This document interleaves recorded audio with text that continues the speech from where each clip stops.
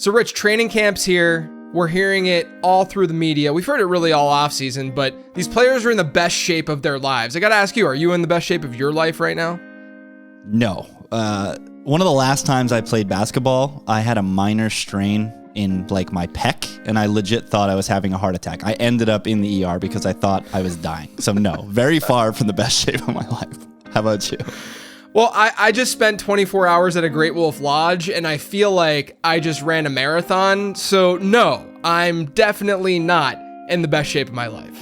I'm JJ, and I've been playing in best ball leagues for years. But there are people out there who play a lot more than I do, and there are people out there who have won a lot more than I have. And I want to learn from them. This season, I'll be documenting my journey of max entering Underdog's Best Ball Mania contest. And I'll be doing so with guidance from some of the most successful best ball players on the planet. This is the year where things start to change. This is the year where I officially become a best ball bro.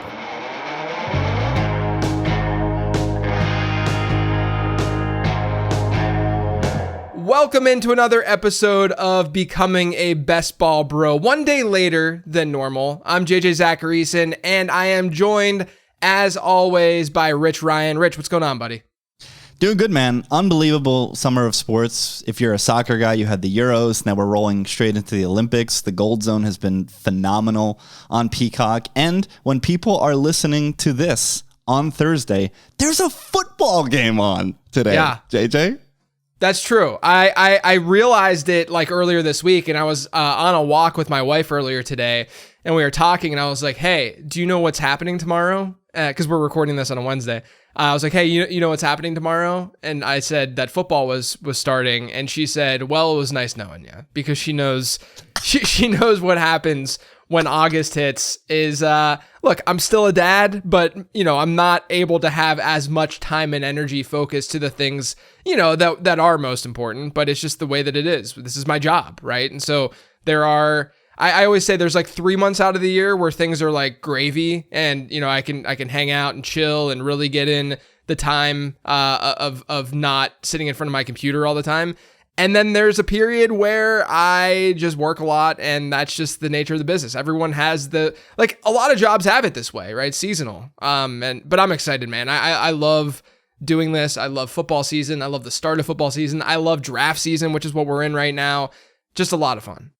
Yeah, for sure. Really excited to see whose career is going to end. We had Josh Jacobs get 10 carries in the Hall of Fame game. Was that 2 years ago, and his career was over? So and he had literally the best season of his career. Yeah. Literally. Like Josh Jacobs has been just like a perennial RB2 or whatever. I know someone's going to fact check me and be angry at this, but that year he was actually a league winning player. Like that was the year that he absolutely went ballistic, of course. Can't wait. Can't wait for all it takes. Anyway, so I want to start off today's show. Davis Maddock sent a tweet out. I think it was from his chat, one of his like YouTube streams or whatever. And Maddox sent a tweet out, and it was a good thought experiment, I thought. And we started talking about it a little bit in the Discord. Others on Twitter were talking about it. So let me throw this out there to everyone, and then you and I can discuss this. And I think that you're really apt to answering this because of your poker background and such. But Davis tweeted the following idea. If you knew that a wide receiver, or let's just say that Underdog decided to throw this little wrinkle into one of their tournaments or something. And this is assuming a tournament environment. Davis didn't tweet that it was a tournament environment, but let's just assume it's assume it's Best Ball Mania, right? Where week 17 is where folks are getting paid out, right? And it's not like the sprint where, weeks 15, 16, and 17 all kind of count the same. So Davis tweeted this out. If you knew that a wide receiver would score 50 points in week 17, but scored 0 points from week 1 to 16. So the whole season, 0 points, week 17 hits, 50 points. Where would you draft that receiver, Rich? I think you got to take them first overall. And the part of me that struggles with this is that there are going to be so many teams that reach week 17 that also have this player. So ultimately, your percentage of winning the tournament doesn't go up as much as you would think on the front end. But that being said, it's going to be really, really hard to actually win the tournament if you don't have this magical box of 50 points presented to you in week 17. Yeah, I think so. I agree. I responded to Davis and I said 101. That was just my response, to be like dramatic about it. Just have one, like, don't have any Full explanation. stop. Yeah. Just let people react. Some people it was cool. Some people are like, JJ, you've officially become a best ball bro, because I'm thinking about it game theory wise and mathematically and stuff. But there was one response that got to me that I think is important to bring up, because I'm sure a lot of people are thinking about this, or at least in this way. But the person responded and said, you can't do that because you're giving up 200 points to the rest of your league or what have you, right? Like, there's obviously an opportunity cost involved. But when you think in that way, you're thinking about a median outcome, right? What we're trying to do here is think of the higher end outcome, because that's what we need in order to win these things. You got to get, top 2 out of your league. And then obviously, the pools aren't as great, in weeks 15 and 16 as it will be in week 17, but that's the point too, right? Like, if it's a smaller pool, then your team doesn't need as high of a ceiling to necessarily advance. And then if you have the largest pool in week 17, and that's when you're getting that 50-point outing from that wide receiver, that's a really big freaking deal. Just think about Devon Achane last year when he had his monster game, that 50-point outing that he had. I mean, if you had him in your season-long league, you won that week, period, full stop. Like, I would guarantee you that was a 98% win rate, if not more, for Achane teams that week. And so I think that it's important to not think about the median outcome here. The median outcome, if you don't have a first-round pick, which is basically what this is saying, right? Like, the whole season, you're getting a 0 out of your first rounder. We're going to see injuries happen and busts happen, but I would imagine, I don't know, this is not scientific, and I could look at data and actually come with a more scientific way of approaching this, but let's imagine 4 of the top 12 don't end up really providing that much value. Maybe 2 out of the top 12, right? Not counting this player, right? So yes, you're taking a 0 in that scenario, but other teams are also going to struggle a little bit with their first round pick. That's the first thing to remember. The next thing to remember is, yes, you're foregoing that massive opportunity cost, but those players, like I said, number 1, may not perform all that well, but you also can make up for that by hitting on players later in your draft. It's not a guarantee that you can't win your league and you can't get to week 17 without that player. And to your point, I didn't even think about that. It's a really good point about ownership in that final, that final week. But I do wonder if, like, what the degree of difficulty would be to get to week 17, right? Which would naturally lower that percent roster number, that exposure number to that player in that week, because it's just difficult to get there. And if that would sort of offset that a little bit. But even still, knowing that it's a more difficult journey does not make it not make that player not the 101, even though it is more difficult to get there. Yeah, and at the end of the day, we've heard a lot of people talk about the value of getting to week 17 is higher this year because the payouts are flatter.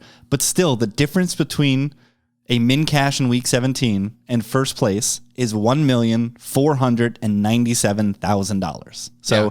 Getting there is nice, but the whole object of playing in this tournament is to win first place. Yeah, the other thing too is that if you get 50 points from a wide receiver, you're guaranteeing yourself a pretty hefty payout, right? Like, you're talking about min cash. Like, you're not going to min cash in week 17 if you have a 50-point outing from your wide receiver, unless your whole team just does pathetically, right? Yeah. At the end of the day. Unless you're about to take the longest shower cry of your entire life after week 17. Yeah, right. Yeah, I mean, like, so many things would have to go wrong for that to happen. But I do think it's a really good exercise, because if you're playing in a season-long league, the answer is no, you don't take this person 101. It's a totally different beast. I get the question this time of year. I'm going to answer it on a mailbag this week. As a little spoiler alert, the mailbag will go out on Friday. But everyone's asking me about season-long leagues and stacking in season-long leagues. The answer is take a step back and look at the probability of you winning a game without factoring in who's even on your team, right? You get a 50-50 matchup every week in your season-long league that includes the playoffs, right? You don't need variance necessarily in that environment. Sure, it's fine if you want to get a stack, and you know that having that stack can increase your upside. But at the end of the day, it's not nearly as pertinent. So it's not as pertinent to get a wide receiver who does nothing through weeks 1 through 16 and then gets a 50 burger in that championship, because it's just a different environment. I think a more interesting question would be if somehow you could select this player and then pick which week they get the 50 points. That would be the layer. And this goes back to what Corinne was saying about when to pull that lever.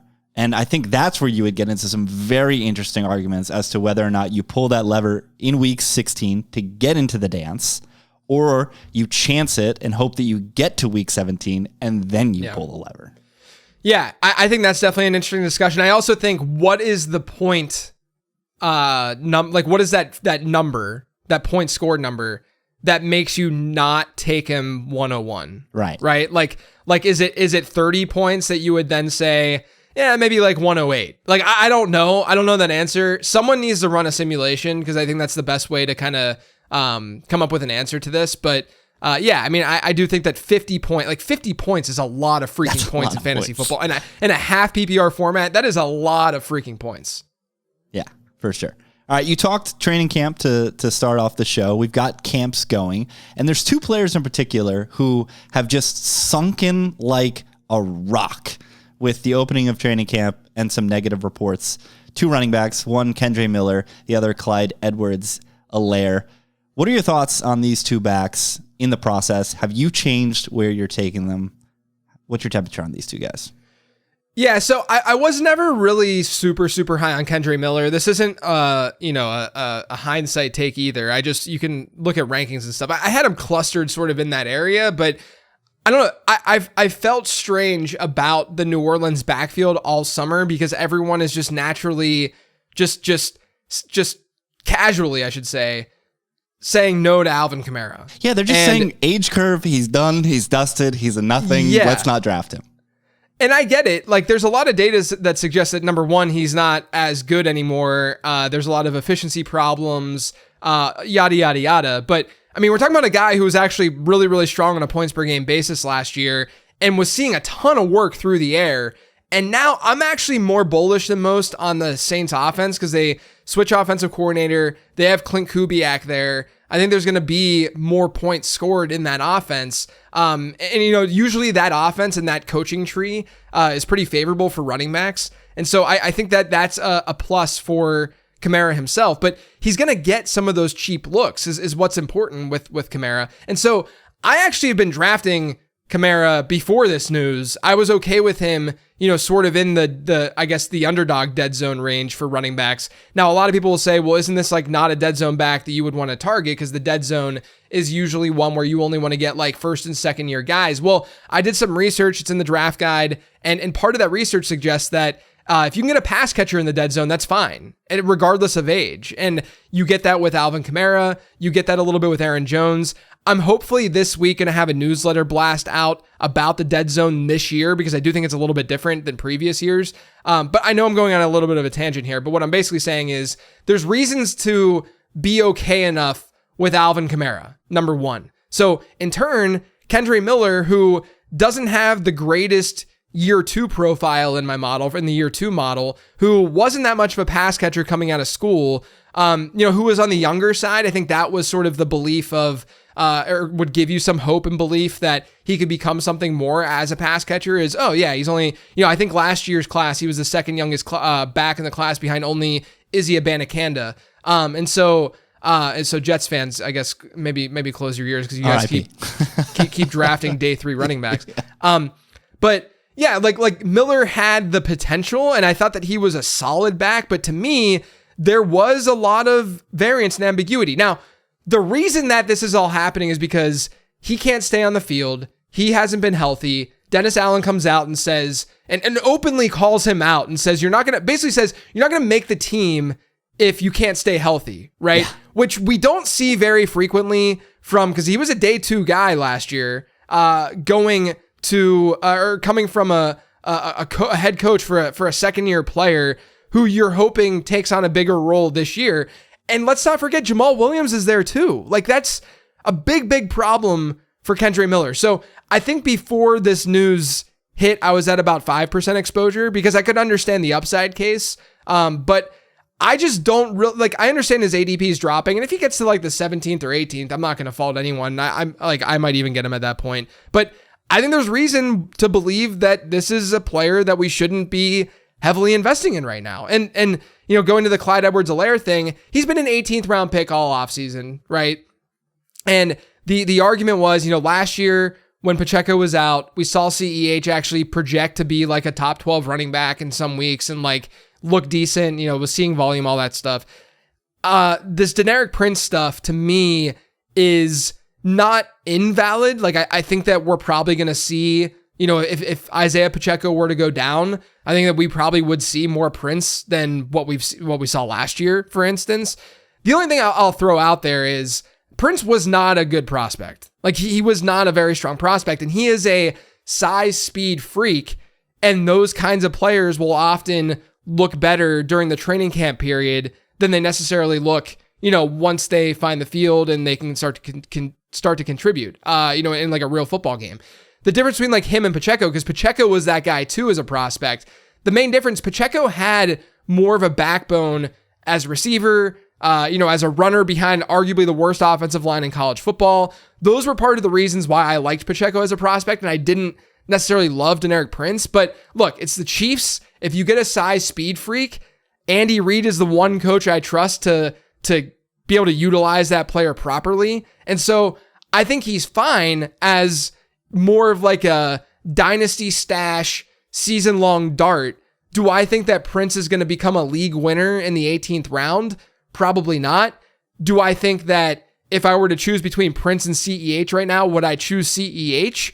I think I could go either way, because I do think Prince probably does present a little bit more upside than CEH does right now, just because of that size speed profile. This is a great jumping off point into one of your focuses this week, which is mixing it up in rounds 17 and 18. And you said it just there, you can go either way on CEH or Prince, and you're allowing some of these camp notes to go into your process in those later rounds. So how are you attacking those later rounds so far, or right now, I should say, in best ball? Yeah, I mean, maybe this is controversial. Maybe people think that you shouldn't pay attention to those camp notes and stuff. But, if there is hype surrounding a player, I'm okay with throwing a dart or two at that player. For instance, Colby Parkinson right now is playing as the tight end 1 for the Rams, right? I've gotten him naturally in Stafford stacks and in Ram stacks. They have Davis Allen there too, who could get some work in that offense. But if Parkinson's the tight end 1, without Tyler Higbee, then I think that there's some intrigue there in a landscape where we don't have tight ends that really stand out in the last rounds. I mean, I talked about Mike Gesicki last week. I've been drafting him really, really consistently pretty much all offseason, and we keep seeing, a steady drumbeat with Gesicki, and that's making me feel even more confident in drafting him. I don't think there's any problem with that when we're talking about a pick in the 17th and 18th round that's more than likely not going to contribute that much to our lineups to begin with. So if there are positive notes, and if those notes have some semblance, like I haven't gotten into a draft where I've had to make this choice yet, but the reports about Rico Dowdle maybe not being the locked in RB2 in that backfield and them liking Royce Freeman a little bit, I don't think that's nothing. Now, am I going to go out and get like 10% exposure to Royce Freeman? Probably not. Will I maybe throw a dart or two at Royce Freeman? Sure. In the 18th round, if I feel really good about what went on round 1 to 17, sure. I think there's some validity to doing something like that. Yeah, and the Colby Parkinson thing, this is a constant drumbeat. I mean, they did hand this dude, 3 for 22.5 in the offseason, and 10 of it was guaranteed. So they projected that they have interest in this player. So the drumbeat is only continuing with him getting involved in training camp. Keeping on the running back topic, you put this in your focuses. I did a live draft this morning, and it's so funny because I ended up going this way just because it's the way the board fell. But running back heavy and adjusting to a smaller room, going perhaps with 4. I mean, I know we talked about going super high variance with 3 on a previous show, but 4 seems to be the comfort zone.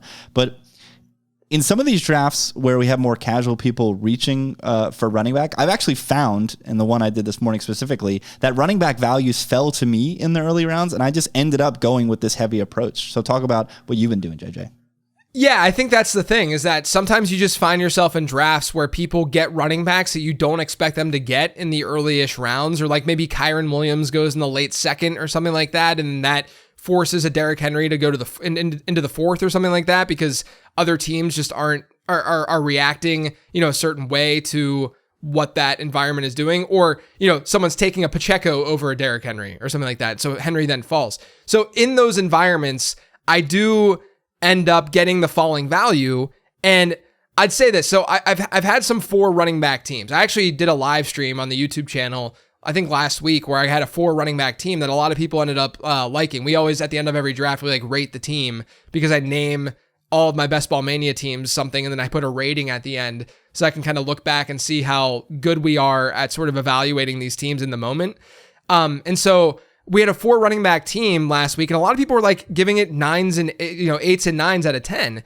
And I found that it is valuable and viable, I should say, because if you think about the like a 4 running back build, this like fairly fragile running back build was not uncommon in previous iterations of Best Ball Mania, right? Where people would get 3 in the first like 3 rounds or something like that. Well, all of these running backs are still the same. They're still running backs. They're still higher volume. They're going to see a decent chunk of their backfield running backs. It's just they're being shifted downwards in ADP. And so I don't think that necessarily we need to say, this is a 5 running back team no matter what at a minimum, when a player like Chase Brown, let's say, who could be your RB4, he might have been going in the 7th round historically, where we would have been okay if that was our RB4 because you're getting 4 running backs in the first 7 rounds. It's just a matter of you and your perception of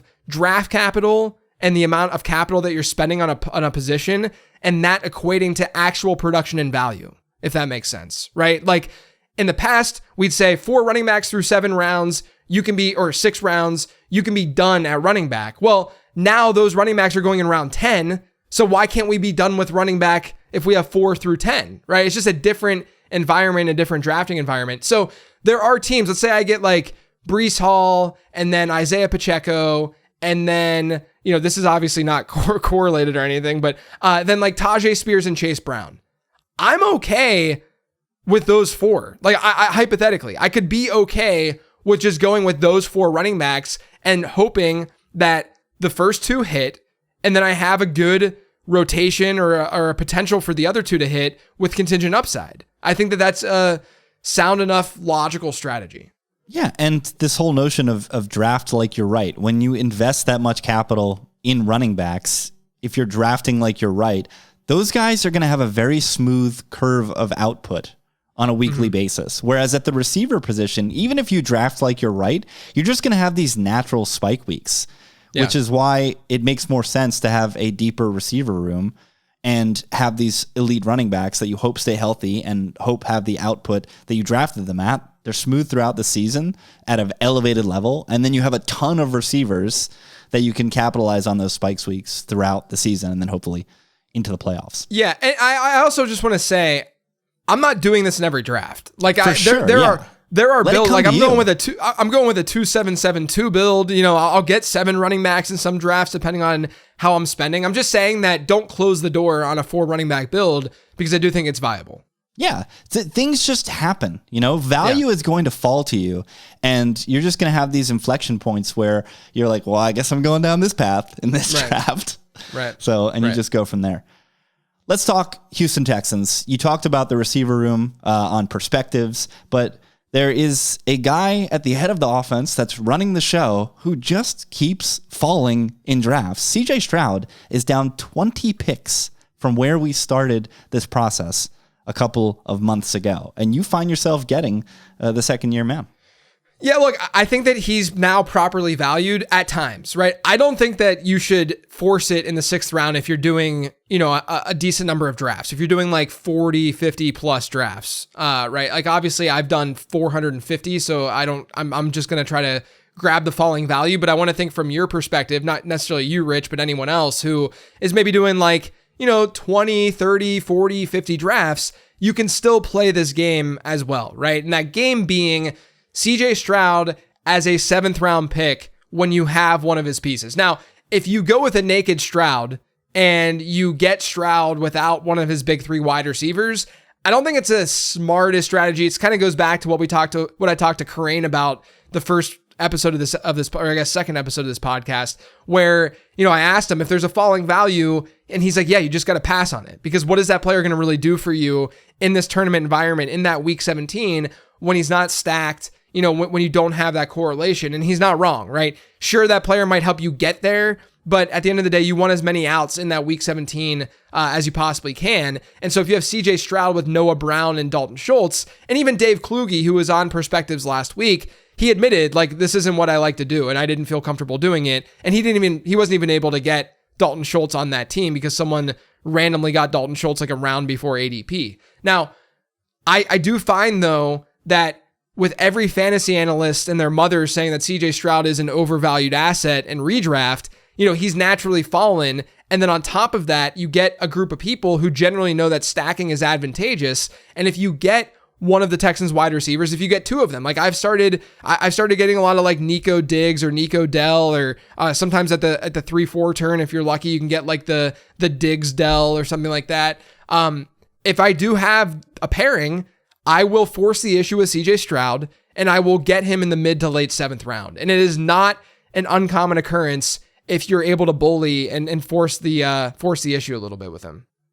Yeah, and I mean, all three of those receivers, as you discussed last week, it's almost like basketball. I feel like they all have defined roles on this team, and they can all eat on a given week.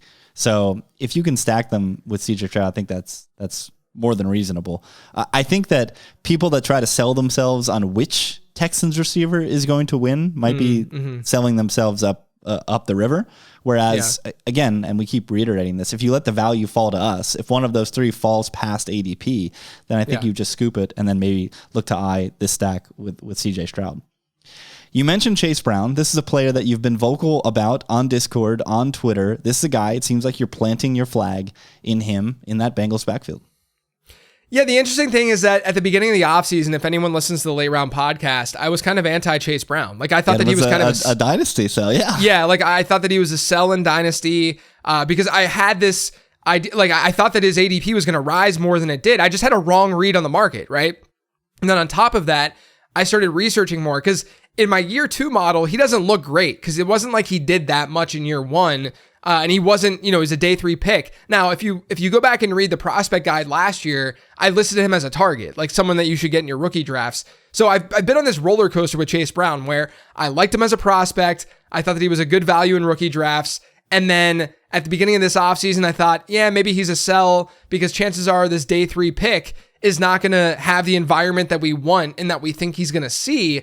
But his ADP didn't really shift in the dynasty world. And then on top of that, I started doing more redraft research and found that when looking at year 2 scores and looking at my prospect scores, they don't matter that much with middle round running backs. What matters more is that guy is just in the middle rounds to begin with. The market is telling you that things are looking pretty favorable for him. And then on top of that, he's in an ambiguous backfield, which is what we should always be targeting, where the backfield and his backfield mate is going in the middle rounds in that like RB3, RB4 area with him. And then on top of that, he's a second-year running back, and second-year guys throw away all context. Second-year running backs do perform above expectation, generally speaking, in that area of the draft. So I'm going to change my opinion on players whenever I get new information and when I research more and learn more, right? I'm not going to have take lock. That's stupid. I want you guys to win. And so in March, I think it was, I changed my tune completely on Chase Brown. And, maybe send some apologies out there if someone sold him in Dynasty. I don't think that he's going to be like, like an RB1 or anything. Like, I don't even think he's going to go the path of like Isaiah Pacheco. But if you read camp reports and listen to what people who follow the Bengals are saying, they are saying that this is a legit 1-2 split between him and Zach Moss, where it wouldn't surprise them if Chase Brown ends up emerging as the 1A in that backfield. And to me, he has the pass catching upside more so than Moss, which is another thing that we look for in these middle rounds. Anyone who says that he can't handle a big workload, go look at his college resume and tell me that he can't handle a big workload. Like that's a completely fabricated fact. That's not true at all. He can absolutely handle a big workload. Do I think that he's going to be the goal line guy? Not necessarily, not with Zach Moss there. But again, this is a situation where he's a big play player. We saw it last year. He's got a lot of burst. That's good for best ball, obviously. And what I've been saying to the Discord and what I've been saying on, wherever I go, I've been talking about on other podcasts and stuff, is I just see and we've already seen it, the ADP rising with Chase Brown because there's going to be a lot of hype surrounding him. So I'm trying to get as much as I possibly can, right? I was already high on Brown. I had 15% exposure before all of this started. So I'm already doubling up the market almost. But I'm trying to get up to closer to that 20% mark, hopefully without his ADP rising too much. Last player, a Jets legend, a short king, a guy who I think is one of the few players who will merge the tape grinders and the stats bros. It's Greg Dortch. This dude just does it. Yeah, he's a fun player. He was a really, really good prospect in terms of production, which is what I always love to look at. But, he's a smaller guy. You never know how teams are going to want to use that and translate and how that will translate. Like we saw it on that exact same team with Rondale Moore, right? Well, Dortch consistently would outperform Rondale Moore whenever given the opportunity. He just wasn't always given the opportunity. Now, someone might look at like his yards per route run. It's not very strong. Part of that has to do with the fact that he's had a pretty low average at the target throughout his career, and that's going to naturally coincide with not gaining a ton of yards, every target and every catch, right? But when he's on the field, he gets targeted at a decent clip. His targets per route run is around like the 18% mark, which is nothing, it's not like amazing, but it's not terrible. And if you look at this team and this environment, now I've been drafting Dortch a lot in stacks, in Murray stacks, in Rams, Cardinals, week 17 game stacks. But I think that you can go with him as a standalone, get some production a la Khalif Raymond in the 18th round, because I think if you look at the personnel in this offense, the most likely outcome is you get Marvin Harrison and Michael Wilson on the perimeter. Michael Wilson, I also have been higher on, versus the market all offseason too. But you get those two guys in the perimeter. Greg Dortch, naturally a great slot guy. Trey McBride at tight end. That's your 11 personnel package. Like that makes a lot of sense, just intuitively based on their skill sets. And it doesn't hurt that every day it seems like Kyler Murray's throwing a touchdown to Greg Dortch in practice. You see that come across your timeline. So I just want to shout out Dortch that I think I'm at like 12% or so Dortch right now. I don't want to be like so heavily exposed to a player like that who I don't think has like a massive ceiling, but there are enough teams where, you might want an 8 wide receiver build, even a 9 wide receiver build. And you're just like, I need production. I need something from a player. And that's what it's sort of like the Jaleel McLaughlin of wide receivers. Like, I don't think McLaughlin has top 12 upside per se, but I do think that he's going to give you some production. And sometimes that's all you need to get maybe a handful of usable weeks. Maybe those usable weeks hit at the right time. That's totally fine. I feel that way about Greg Dortch. Yeah, like when you're in the 18th round and you're looking at some of these guys, like someone who and again, I'm not playing a ton of volume. I'm not clicking Jalen Tolbert's name. Right? Yeah, it's tough to, unless you're in a stack or something like that. Yeah, that's right. Yeah, unless you've got that Dallas Philly game stacked, or you already have Dak and just need another piece of that offense. But an unstacked Dortch is fine because we've seen this guy eat in far worse offenses, right? With Kyler Murray not even on the field. So yeah, he's a talented player, and he'll always have my heart because he was on gangrene. He was a fun prospect, man. A really fun prospect. Anyway, let's get to our guest. So I interviewed Sam Sherman. He's an NFL writer and podcaster at Established to Run. I've talked to a lot of ETR guys on this show. I love the folks over there. There might be another one coming soon. Not necessarily on Becoming a Best Ball Bro, but on the Late Round Podcast. He also hosts ADP Chasing, another show with a lot of friends that you guys should check out. But Sam and I, we talked about sifting through these camp reports, game stacking, how strategy changes from bigger tournaments to smaller ones. That's a talking point that folks have wanted me to talk about and interview people about. So we talked about that a little bit and a ton more. You guys will definitely enjoy it. Here is my interview with Sam Sherman. This episode is sponsored by Underdog Fantasy. There's no better place to play best ball than at Underdog. There are leagues starting all the time, and you can choose whether you want to do a slow draft or a fast one when entering one of those leagues. And you don't just have to play Best Ball Mania to play Best Ball at Underdog. There's a wide variety of contests to choose from. You can even check out Underdog's other games as well, like Pick'em. Right now, you can get in on the action with a deposit offer and free copy of the Late Round Draft Guide just by signing up and depositing. Just head to UnderdogFantasy.com or download the Underdog app. When you sign up, use promo code LATEROUND and make a deposit for a deposit offer and a free copy of the Late Round Draft Guide. Again, that's promo code late round. Now back to the show. So Sam, we're seeing camp reports fly like crazy this time of year. With the takes and what we're seeing, guys perform, against defenders that don't even exist, aren't even there. If they just catch a ball, in the middle of the field without a defender close by, it's a big deal. But with that being said, what are the things that you're sort of looking for that will actually impact the way that you draft? Yeah, it's funny you mentioned this because maybe I'll start with an example of things that aren't impacting the way I'll draft.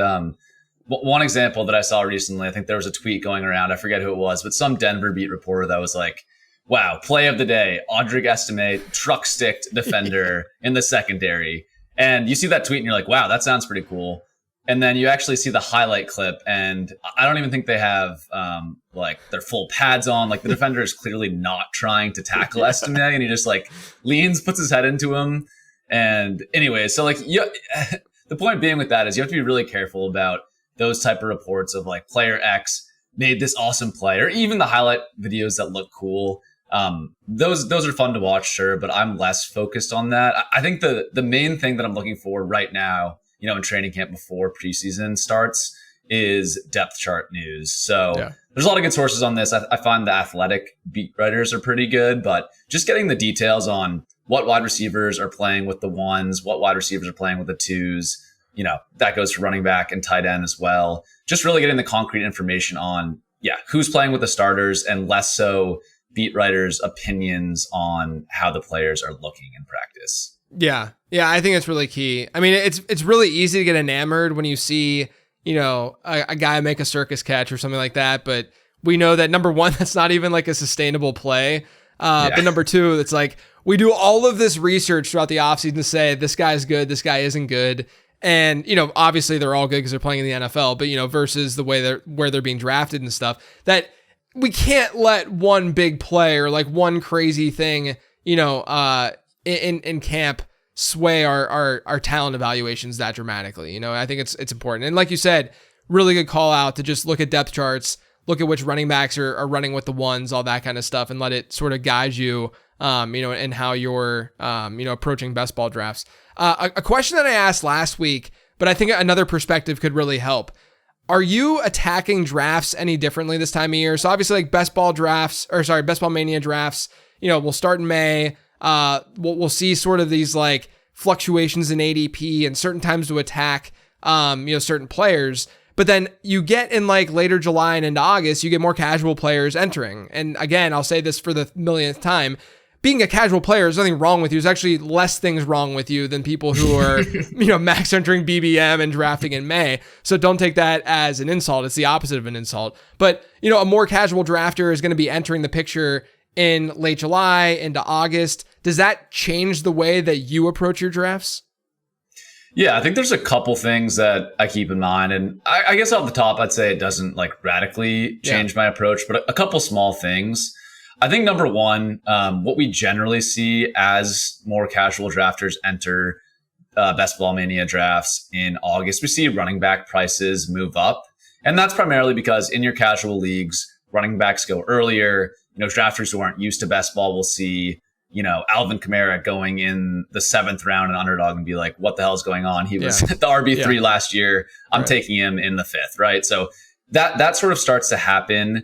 And because of that, like kind of counterintuitively, I am much more interested in sort of hero RB or even maybe 2 RB out of the gate starts in August, because it's much easier to build up the wide receiver depth later as sort of the dead zone running backs start going earlier. So for now, I'm kind of been drafting at ADP, in the 1st round. I'm not reaching to take Breece or Bijan over the Justin Jefferson, Amon-Ra group of wide receivers. But I think actually as August starts, I might pivot and maybe ADP even catches up to me here, so it won't even be a reach. But I think I'm going to pivot to just taking those elite workhorse upside running backs a little bit higher in the 1st round, knowing that the wide receivers that I like, the Rome Odunze, the Keon Coleman, like some of those breakout profiles that are really priced up now, those wide receivers will start to go later. And I can kind of balance my roster out that way, even with taking running backs a little bit earlier. Yeah, that's a really good point, because if the dead zone guys, let's say the Ramondre, the Zamir Whites of the world, if they start to go a half round earlier or even a round earlier, that makes those early round running backs even better picks, because the gap in which you're, the difference in where you're getting those players shrinks, and so they become a little bit more valuable. It's similar when folks go into like a tight end premium format in like a higher stakes league or something, and they start to draft tight ends earlier. Well, not only are you getting the tight ends earlier because they're scoring more points, but the baseline tight ends are also going a lot earlier. You're going to see David Njoku in like the 5th round or something, whereas obviously he'd be like a 10th round guy in a normal league. And so that changes sort of the way that you need to approach that position at the top, because that shrinks the opportunity cost. It makes it more costly to not draft that player early on. So I think that's a really, really good call out. Yeah. So go ahead. Yeah, no, I was just going to add to that, like, if to kind of get a sense, if you're a drafter who, is a wide receiver heavy drafter and Underdog right now, to kind of give yourself a feel of what things might look like in August, like go draft on a platform like FFPC right now. Like looking at running back versus wide receivers, you're going to be absolutely disgusted by the running back prices on the website. And you'll find it's like the least painful time to take a running back in the first round, right? Because you're taking, I don't know, Breece Hall over Amon-Ra, like that probably feels fine to you. You're really not going to like taking Rashad White over Tank Dell or Alvin Kamara over DJ Moore or whatever. I might be mixing up the examples a little bit, but that's the type of decision you'll have in those middle rounds. Yeah, it's a great point. I mean, there's only 3 running backs seemingly that we feel like amazing about that will get, an unbelievable workload, like league winning workload. And clearly some guys are going to surprise and step in, and maybe we see insane efficiency from a Jahmyr Gibbs or a Devon Achane, and they end up, being like top 3 running backs and all that kind of stuff. But again, like there are 3 running backs, very clearly 3 running backs that from a projection standpoint, we feel great about potentially becoming the RB1 this year. So if you draft one of them, I don't think you're going to walk away and be like, man, why did I get Breece Hall? It's like, no, it's Breece Hall. We know that that he can dominate fantasy football. So the other thing that people have asked me about a lot is how to sort of switch your brain from going from a large scale tournament like a Best Ball Mania, where, there's these playoff weeks and, week 17, you have this field of 560-ish teams that you're going to have to try to beat. And going from that sort of vibe and that sort of tournament to, let's say, just a 12-team league where they're just playing in a regular best ball league against 11 other people. They're going to try to grind it out. It's almost like a cash game style way of thinking. Are you in those formats approaching things differently? Are you still stacking in a regular 12-team league? I mean, you might not even be playing in 12-team leagues, but hypothetically, if you were, how would you be changing your strategy? Yeah, I thought about this because it's a good question, and honestly not something I think about a lot, because I honestly don't play in a lot of those 12-team non-tournament leagues, but I do think there are a couple things that you can do. I think first off, I would emphasize that I think regular team stacks are still really important. Now, obviously the game stack element, and by game stack, I mean like taking the opposing team's players in week 15, 16, and 17. That is obviously pointless, assuming your leagues don't have playoffs and there's sort of like total points scored through 17 weeks, right? But I think regular team stacks are still really important for the same reason that they are in advancing out of your leagues in a normal sort of tournament style league. Like how I kind of think about it and how I sort of build intuition around stacking is like, I want to increase my odds of finishing in first and second in my league, and also counterintuitively, like increase my odds of finishing 11th and 12th, right? Like if I take Tua, Jaylen Waddle and Tyreek Hill, and the Dolphins completely get blown up this year, say Tua gets hurt, Mike White, whoever their backup quarterback is now, is terrible. Like I'm fine with that team tanking, because in the rest of my portfolio, I don't have like one-off Tua bets without the wide receivers, or even that often like one-off, Jaylen Waddle without any other Miami pieces. Like that concentration element both helps your teams finish in first and second, but also, I'm fine with finishing 11th and 12th in my league, right? Like there's no point in being in the middle in how these best ball payouts work. So that's the intuition for me around stacking, that I think it's just as important in these type of leagues. But maybe on the extreme, like extreme side of things, like in the very late rounds, I'm a little bit less focused on stacking in one of these regular 12 team leagues. Like maybe going back to the Dolphins example, if I'm trying to win a huge best ball tournament where there's 1,000 people in the finals and I have Tua, I'm maybe considering tacking on like Malik Washington or Odell as sort of a lower owned 18th round pick, even above players in that range that I might think are better in a vacuum. Say, I don't know, Jalen McMillan or someone like that, who I think projects much better than those two guys in a vacuum. But I just am leaning in all the way to the correlation. I think in those very later rounds is where in the regular 12 team leagues, I'd be tie breaking more towards just like projected points and not thinking about that level of correlation too much at the very end. Yeah, it makes sense. I also think with stacking, people think only in terms of like weekly upside and what that can do, but there's the season long upside element, which is what you're sort of talking about and alluding to, where, you know, if Tua goes down, sure. Yeah. I mean, that Miami stack, all of a sudden you're screwed and it's not going to look as good. But if Tua does well, then he's elevating the entire offense, which means all of those guys you drafted, if you got Tyreek and Waddle, let's say, both of them could end up being better than ADP and outplaying their ADP and being great bets, just simply based on the fact that the offense outperformed itself because Tua played well. And so you're getting that season-long upside. It's not just like I'm stacking them and I have the correlation in that given week. So if Tua throws for 4 touchdowns, chances are my team's going to really blow up for that week. Yes, that's true. But what's also true is that season-long element, which I still think is viable in the 12-team leagues, like you're saying, where you still want to have guys who outperform ADP. And a way to get guys who outperform ADP is getting guys in the same offense, because if that offense does well, then all of them are likely to do a little bit better. Exactly. And I think like building on that, like the quarterback running back correlation is something I'm probably a little bit more interested in the self-contained 12-man leagues. Cause again, to that weekly upside point, you know, maybe Jalen Hurts and Saquon Barkley in a given week, their weekly upside is maybe not super correlated, especially if we expect, you know, Philly not to throw to the running backs much.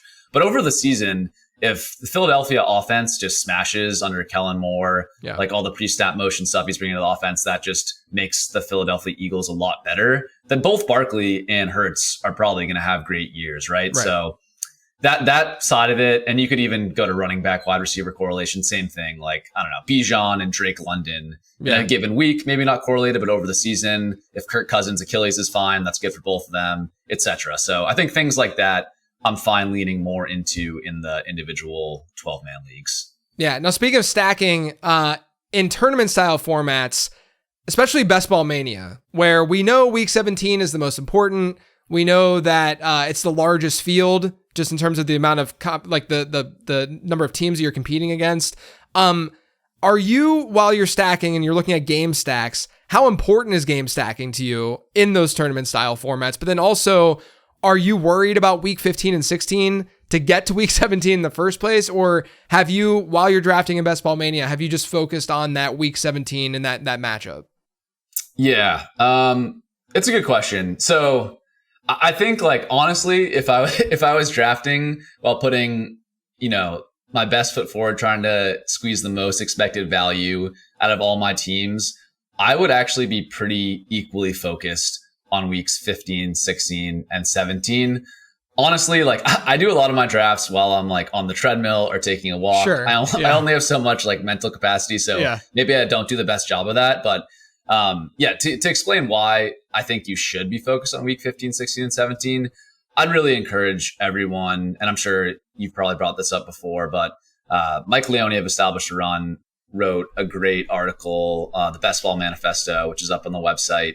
And he did a lot of research that showed the more quarterbacks you have game stacked, the better your odds in any of the 3 playoff weeks in weeks 15, 16, and 17. And game stacking kind of equally increases your odds of winning each of those weeks for each week. So that's to say that like game stacking isn't more powerful in week 17 than it is in weeks 15 and 16. And also what he showed, and this is sort of getting a little bit in the weeds, but basically like the logic that week 17 is all that matters is like a little bit flawed. Like I agree with the premise of focusing on late season production, but increasing your odds of winning week 15 by 2x the baseline rate, that also increases your odds of winning week 17 by 2x the baseline rate, because you're twice as likely to get there, right? So I think sometimes people kind of lop off that part of the probability tree and don't focus on like increasing your odds of winning those earlier weeks does improve your odds of winning week 17. So with the data you showed there, I'm pretty focused on all three of those playoff weeks in terms of game stacking. Yeah, I've said it before too. What I've noticed through drafting and going on this best ball bro journey has been, as you're team stacking, you just kind of naturally game stack and you don't realize that you're naturally game stacking at times, because there are only so many iterations from a matchup standpoint that you can really, that you can have with 32 teams. Then, there are some like clusters, like the Seattle, Green Bay, Minnesota, Chicago cluster, where like they're all just like playing each other during that group, that week 15 to 17 grouping. And so I do think that that's another thing to always keep in mind, is that like you're probably going to naturally game stack a little bit. Even in week 17, you might realize, oh, wow, I have a little mini game stack here. And I didn't even like think about it while I was drafting, because I was so focused on this other stack that was kind of going on there. Yeah. And another thing I'd add to that is like, I think even if stacking did nothing, which is not true, but let's say that stacking didn't help you at all, like from stacking alone, I find that like the thought process around stacking helps me naturally diversify. Like say I take Brandon Ayuk in round 2, and then I'm considering a wide receiver, around the 7th round. Maybe in my head, I'm like, okay, I like Curtis Samuel and Christian Watson a lot more than Jameson Williams this year, which is true. In a vacuum, I like them a lot more. But just thinking about that game stack tiebreaker, I'm like, I don't really like Jameson Williams this year, but he's correlated with Brandon Ayuk. I know that benefits me. I'm going to tiebreak to Jameson. So I do think diversification in best ball is important if you're building out a huge portfolio, and just stacking kind of helps you like naturally do that in a way that's hard to do if you're just making every decision on which player do I like best in a vacuum. Yeah. Now, when you're stacking with your quarterback, how many pass catchers are you typically taking? Does it differ too based on the type of quarterback that you're drafting? I think it does differ. I would say the target is like 2 to 4 teammates with a quarterback, but I do think there's a couple things to think about there. Maybe 3 things to think about when you're thinking about how many pass catchers to stack with a quarterback. One is just how expensive are the pass catchers. Say you have Jordan Love. Like I'm fine with even like 4, maybe even 5 Packers with Jordan Love. If you start with like Romeo Doubs, then tack on Dontavian Wicks, Luke Musgrave, Marshawn Lloyd, right? Like if you build out 4 or 5 there, they're all cheap enough where I don't think you're allocating too much capital to them. And then another thing I would think about is what percentage of the quarterback's fantasy scoring comes from rushing. I think the more a quarterback's production comes from rushing, you can worry about stacking them less. So Anthony Richardson, for example, I think you're totally fine, even in a large best ball tournament, going with naked Anthony Richardson into the finals. Like he can get there based on running for 70 yards and 3 touchdowns or something, right? And none of his pass catchers got there. Whereas someone like Tua, CJ Stroud, I think if they get there in terms of hitting their ceiling, they're way more likely to bring along the pass catchers. And then finally, just thinking about concentration of the target tree. If it's an offense like Miami that really just runs through Jalen Waddle and Tyreek Hill, I think I'm less focused. Like I wouldn't want to do a Tua stack with like 3 of those peripheral pieces that I know are just such low odds to really matter in that. Yeah.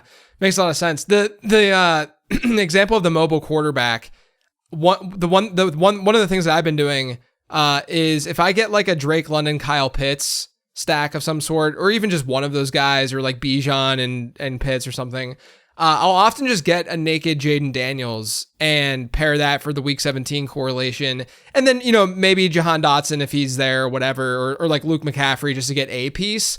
But I'm not necessarily like forcing the issue as much because like you said, like Anthony Richardson, I know that's not, Jayden Daniels is not Anthony Richardson, but it's the same idea, the same thesis of like, if that player is going to perform well, chances are, like, the reason we're drafting him is because of the rushing. It's not because of what they can necessarily do with their arm. And so you can get a nice, interesting, week 17 game stack by getting a player who that's not even super stacked, but you have his opponent sitting right there.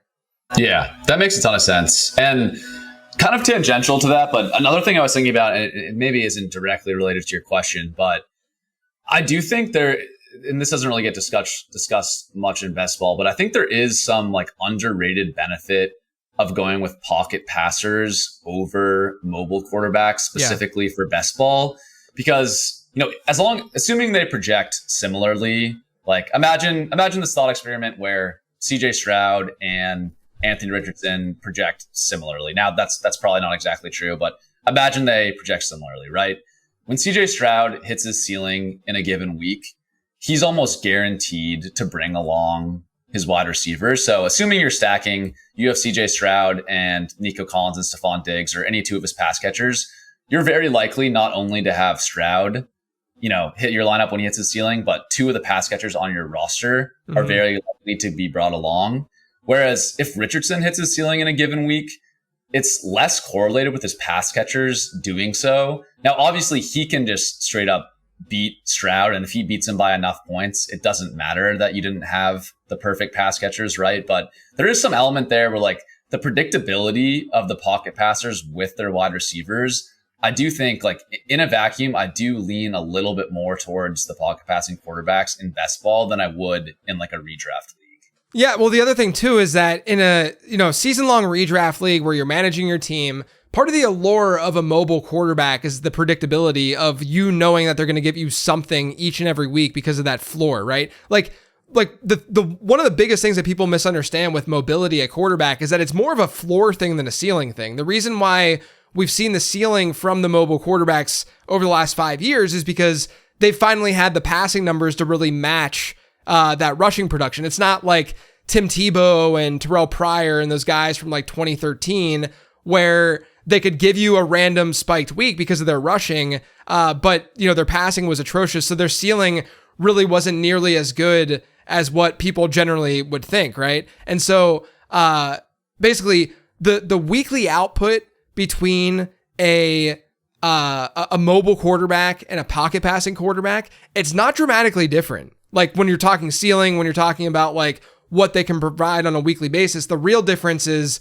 on a season long one, when you're actually managing that team and trying to look at the predictability side, it is better to lean into that mobile quarterback a little bit more. And they're going to exceed expectation at a higher rate too, because they do have a nice floor and it's easier for them to hit that season long ceiling. So a question that I love asking on Becoming a Best Ball Bro is how you're attacking the tight end position. You can get a higher end one, but you can do a lot of different things in the position. I feel like it could be a make or break position this season. So which tight end, if you are getting a higher end one, which one are you generally going after? But I'm also curious, who are the later round ones you're going after? Because it feels like that position is just horrific once you get into like past like Pat Freiermuth. Yeah, it is really dark this year in the back end of the tight end landscape. Compared to last year, I felt like there was a ton of great options.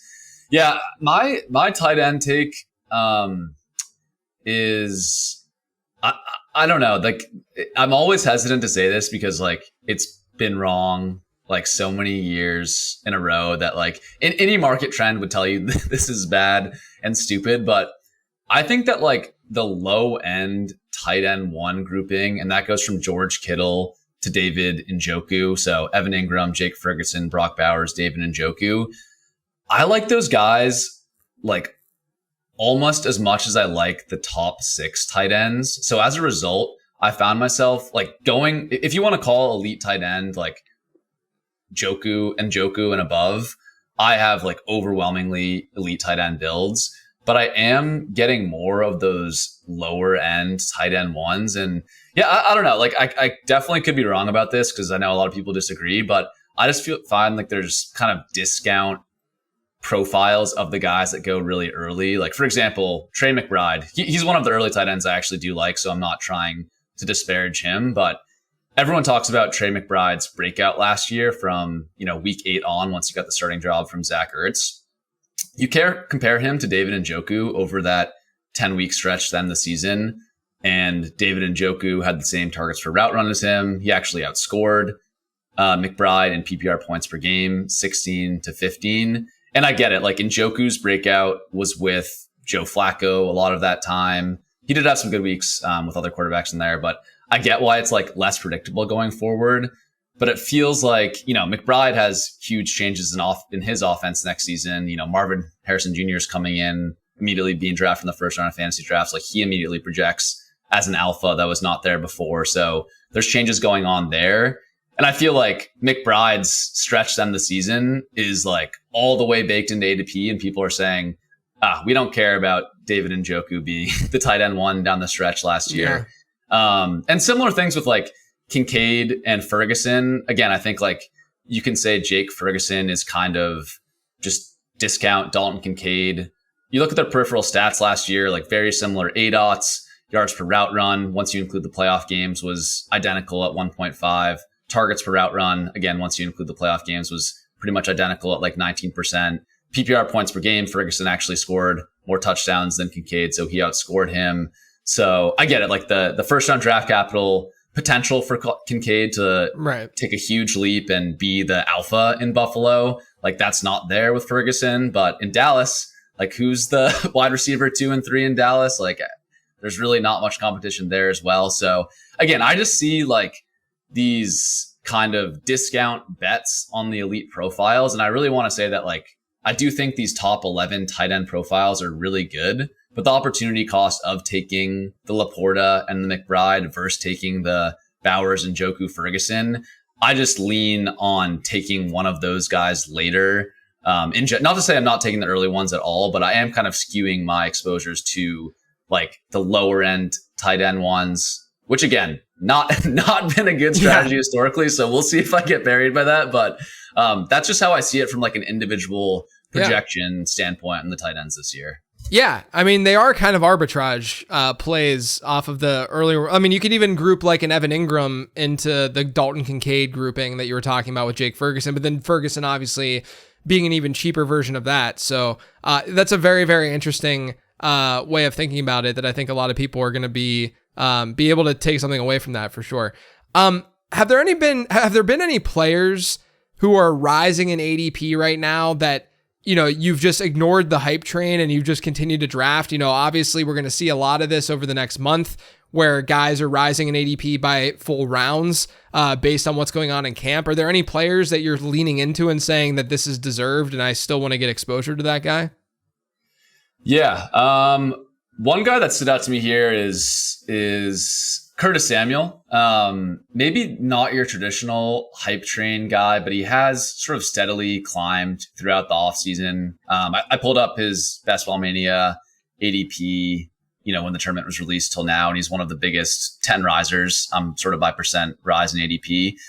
And yeah, with him, it's just like, it's not a clean breakout bet. Like we don't usually think of year 6, year 7 wide receivers as breakout bets, but you look at the list of quarterbacks he's played with over his whole career. Ian Hartitz pointed this out on Twitter, but his quarterbacks since he joined the NFL was sort of the last gasp of Cam Newton, Derek Anderson, Taylor Heineke, Kyle Allen, Garrett Gilbert, Will Grier, Teddy Bridgewater, PJ Walker, Ryan Fitzpatrick, Carson Wentz, again, bad Carson Wentz, not good Carson Wentz, Sam Howell, and Jacoby Brissett. So yes, he has not had any massive seasons in the NFL to date, but he has been on sort of a per route basis pretty good. 20% targets per route run, 1.5 yards per route run. Those are very solid numbers considering the target competition and the quarterback he had to work with. He also does add a little bit, 10 rushing yards per game over the last 4 years. And he's always graded out really well in Matt Harmon's reception perception data, 82 percentile success rate versus man, even last year. So yeah, I'm excited just with the target vacuum in Buffalo there. I think if you look at ADP and Underdog, everyone's projecting Dalton Kincaid to be the huge beneficiary of that. I just think Curtis Samuel, because of his age, because it's not the typical archetype we like to project for a breakout, he's a little bit discounted even in a really heavy wide receiver landscape. Yeah, that's a fun call out. Are there any guys that you're just completely afraid of drafting this year? Oh man. A couple ones. Where to begin, right? Yeah, where to begin? I interpreted this as like guys I'm scared to draft, but I'm still clicking on because that's fine too. I want to hear that. Yeah, I'm scared of draft. Like I'm almost equally scared of not drafting them. Jayden Reed is a guy I'm definitely underweight to, but I have been drafting him, especially when he falls a bit by ADP.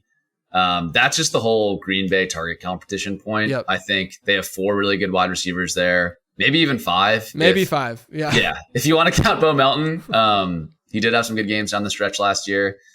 And he just did not get playing time in 2 wide receiver sets as a rookie. But at the same time, you have all sort of like the market and structural or archetypal factors going his way. Second year breakout wide receiver, really efficient as a rookie. He also gets the schemed up sort of pre-snap motion stuff, some rushing stuff. So that's one where I'm just like, I don't think the price is right on him. I'm not really clicking him much, but I definitely see how I get burned there. So I'm getting my, cozy 4% exposure blanket to Jayden Reed. Yeah, it's a tough one because I think that anyone can see a path to him being like a really good player. I mean, like he's kind of already a good player, but I'm talking like, let me ask you this, because I've asked this to Dave Kluge last week on late round perspectives, but if there's a wide receiver on that team, would you say that Jayden Reed would be the receiver that could really come out and become not necessarily an alpha, but like a really, really, really good fantasy asset? Like, do you think that the way the ADP is laid out for these guys is correct? It's just a matter of, there's likely going to be some sort of rotation there. Yeah, I think the order of ADP is correct.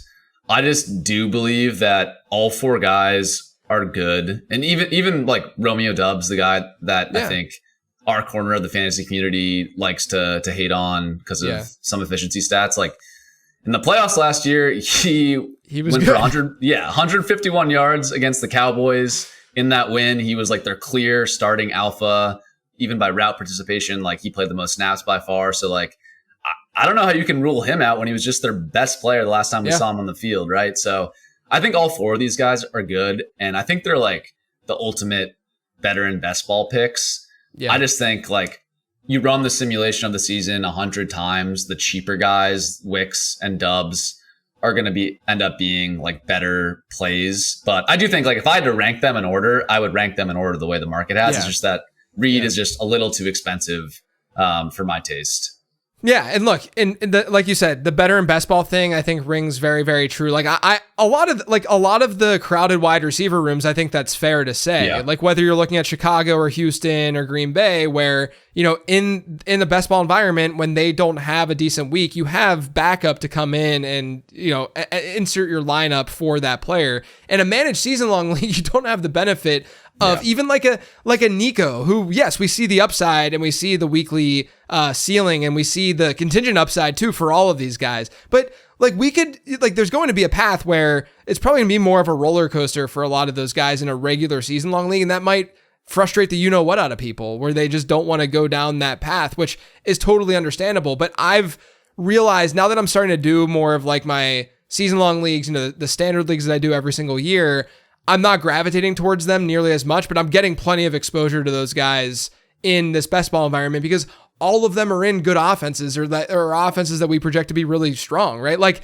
I don't know if we're going to like look back at the season and even look at Jayden Reed in the late 5th into early 6th and even without an injury to the other guys and say this was a massively bad pick just because the offense could be that good. You know what I mean? Like there are other wide receivers in that range where it could go south and we wouldn't be that shocked if it went south, Now, do I think like I'm not trying to be like overexposed to Jayden Reed because I agree that the most likely outcome is this rotation, and I'd rather just get kind of the cheaper assets. Like I have a lot of Dontavian Wicks, like every other best ball bro out there.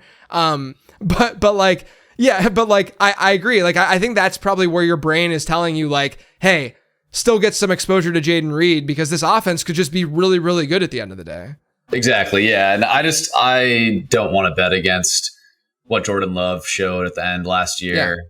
Yeah. So yeah, I totally agree with that. It's just that, you know, you only have so many picks to make in best ball that's why I'm kind of fading Reed. But again, at the end of the day, like people like this argument, like who's the guy that you get to the playoffs and he's sort of like the low advance rate, high ceiling guy, like Jayden Reed or anyone from these crowded wide receiver rooms like in Chicago. I could totally see the case for those guys like likely being that type of player where Reed was too inconsistent during the year to really help you advance much out of your pods. But, you know, week 16, Dontavian Wicks twists his ankle. All of a sudden, Jayden Reed's playing 85% of the snaps and he's like so efficient per route that he's really a guy you want there. Like you said, like, I don't think we're going to look back on it and be like, oh, Jayden Reed was such a dumb pick. Like he was dust by the end of the season. That's not what I'm saying. Right. It's just that it's just so tricky with the rotation at that 5th round price to get there for me. Yeah. I totally get it. Cause I felt that way all off season too. One more question before I let you go, since we're talking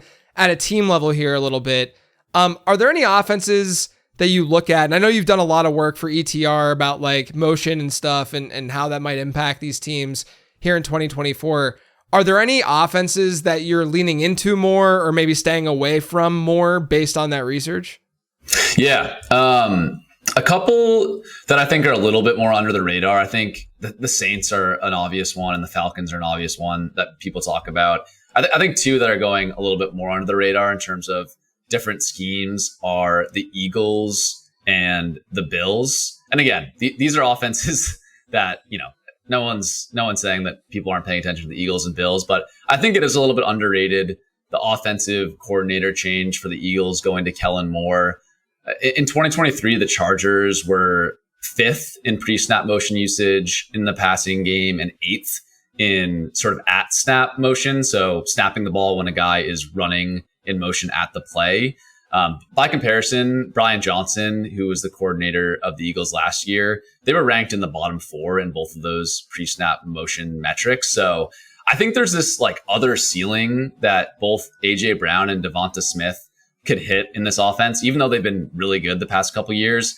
I think like weirdly people are like a little bit bored with AJ Brown. Like he has back-to-back, 1,500 yard, 10 touchdown seasons basically. And because of how they closed last season, people are a little down on him. Now, obviously he still goes in top 10 by ADP, but I think people aren't putting him in the same tier as Amon-Ra, Chase, and that grouping. I do think like if this pre-snap motion, which has been proven to make passing offenses and wide receivers more efficient, if that could unlock some easier underneath targets for Brown, really let him use his yards after the catch ability, I think that could be really exciting. So yeah, he's now climbed up. There was a period where he was going behind Puka and Garrett Wilson. I was taking him over those guys, and Devonta Smith for similar reasons. I think could really benefit from that as well. Yeah, I mean, there was a time where you could very easily stack AJ Brown, Devonta Smith, and Jalen Hurts earlier this offseason, like especially before the draft, when like the big board drafts and stuff. You could get the 3 of them pretty easily, but those days are gone because Devonta Smith is now like a 2-3 turn guy, which I think is where he should be, right? Like based on what you're talking about there, there's contingent upside for him. I've done research that shows that wide receiver 2s in fantasy that are drafted as wide receiver 2s who are their team's wide receiver 2s, they actually perform better. Like I just wouldn't discount them, at the very least versus the other types of players. So there's a lot pointing favorably for Devonta Smith to us. So I think that's a very, very good call out. Sam, this was great chatting with you. Let everyone know where they can find you in the work that you're doing. Yeah. So you can find my written work at Establish the Run. Have an article up there, as we talked about, on pre-snap motion. I'm working on an article about some advanced data and alignment stuff with tight ends. So that will be up on the site in the next couple of weeks. And then, you can find me on Twitter or X or whatever we're calling it these days at Sherman_FFB.